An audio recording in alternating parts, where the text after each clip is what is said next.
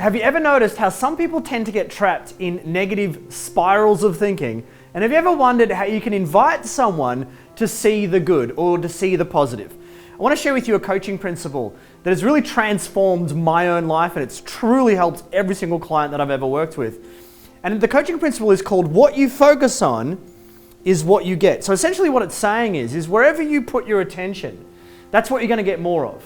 You focus on what's negative, you're going to get more negativity. If you focus on what's wrong, you're going to get more of what's wrong. If you focus on what's right or what could go right or what is good, that's what you're going to attract, or that's what you're going to move towards. Now the principle is this, because it kind of gets misunderstood as well. You can't just make everything positive all the time. You do have to address what isn't working, or you could say what's negative or what's wrong. And so this is the principle. It's as simple as this. 90% of the time, we want our mindset to be focused on the solution. 90% of the time. 10% of the time, we can focus on the problem. What this means is that when we're approaching a situation in life, it is important to address what's not working.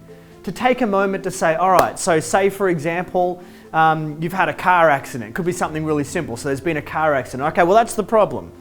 The car is broken, we need to fix it. Now, then we want to quickly start moving to, okay, so how do we solve the problem? What can we be grateful for? What is it that I can take away as a lesson? How do I prevent this from happening again? How do I just get back to enjoyment and getting back to life? Now, what a lot of people do, and I wonder if you've noticed this, and actually I used to do this before I knew this principle, is I would put 90% of my time on the problem. So metaphorically, I'd have a car accident, or let's just use that as a metaphor for something in your life that just goes wrong, right? And I used to put all of my attention on it. And I'd say, okay, why is this happening? What's wrong with me? Why did I deserve this? And I would wallow in the problem. Now, when you wallow in the problem, it just makes it worse. Now, the challenge here is that some people are addicted to sitting in the problem. And they hang out with other people that want to sit in their problems. And then they compare problems with each other. And they get together and they say, oh, you know, my day's really tough. And the other person says, oh, you haven't heard about my day. My day's even tougher. Nothing good actually comes from that. There's no benefit to it. So we don't want to disregard our problems. We want to acknowledge them. And then we want to move to solution and say, all right, so, yep, I had a car accident.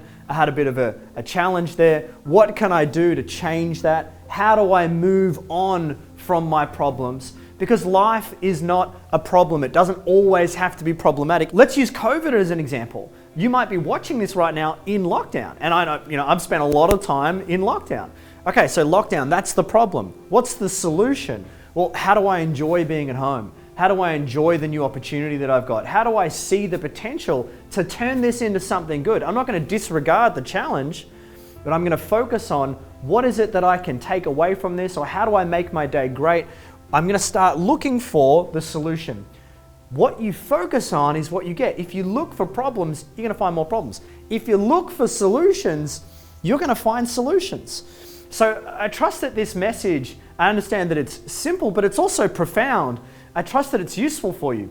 And if you'd like to find out more about ideas like this and how you can apply them to your own life, and I think most importantly, how you can share ideas like this with the people around you, then go ahead and click the link below. I'd love to invite you along to a wonderful live one-day event where we keep on exploring how we can do this for ourselves and for others. Go ahead and click the link below, and I look forward to seeing you on the other side.